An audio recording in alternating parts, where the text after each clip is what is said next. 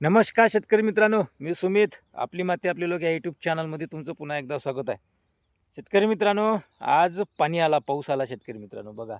कारण की आज आपला माल भरणं होता, पण पाऊस आला, सकाळीच पायटा आला.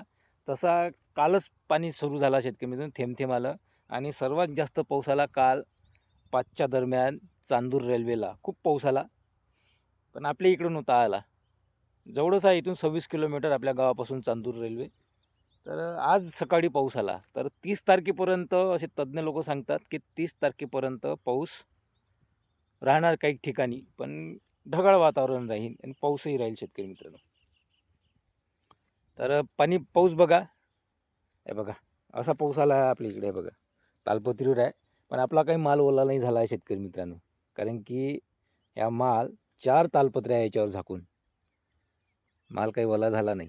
आज माल भरणार आहो आणि घराकडे नेणार आहो. साधारण शिरवा आलेला आहे, काही जास्त आलेला नाही आहे. आणि ज्या शेतकऱ्यांचे सोयाबीन सोंगलेले असतील गंज झाकून घ्या. आणि हार्वेस्टरने जर माल काढलेला आहे, शेतात वाहू टाकलेला आहे, तर आज कोण्या हालतीत घरी घेऊन जा शेतकरी मित्रांनो. कोण्याही हालतीत घरी घेऊन जा. कारण की उद्याचा रविवार आहे. रविवार, सोमवार, मंगळवार ठिकठिकाणी मेघगर्जनेसह पाऊस सांगितलेला आहे.